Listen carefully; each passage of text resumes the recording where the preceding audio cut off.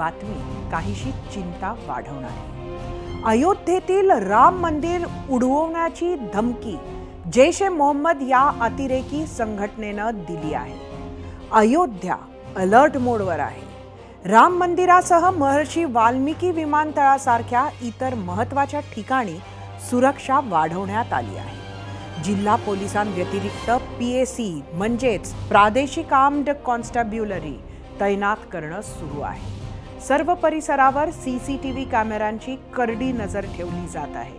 अयोध्येतील राम मंदिर आणि येथील संवेदनशीलता आणि संभाव्य धोका पाहता अयोध्येत नॅशनल सिक्युरिटी गार्डचे म्हणजे NSG कमांडो तैनात करण्याचा निर्णय याआधीच घेतला गेला आहे। मोदी सरकारची पहिल्या 10 वर्षात देशात कोणताही मोठा अतिरेकी हल्ला झाला नव्हता, तशीच ही 5 वर्षही जातील अशी प्रार्थना करूया।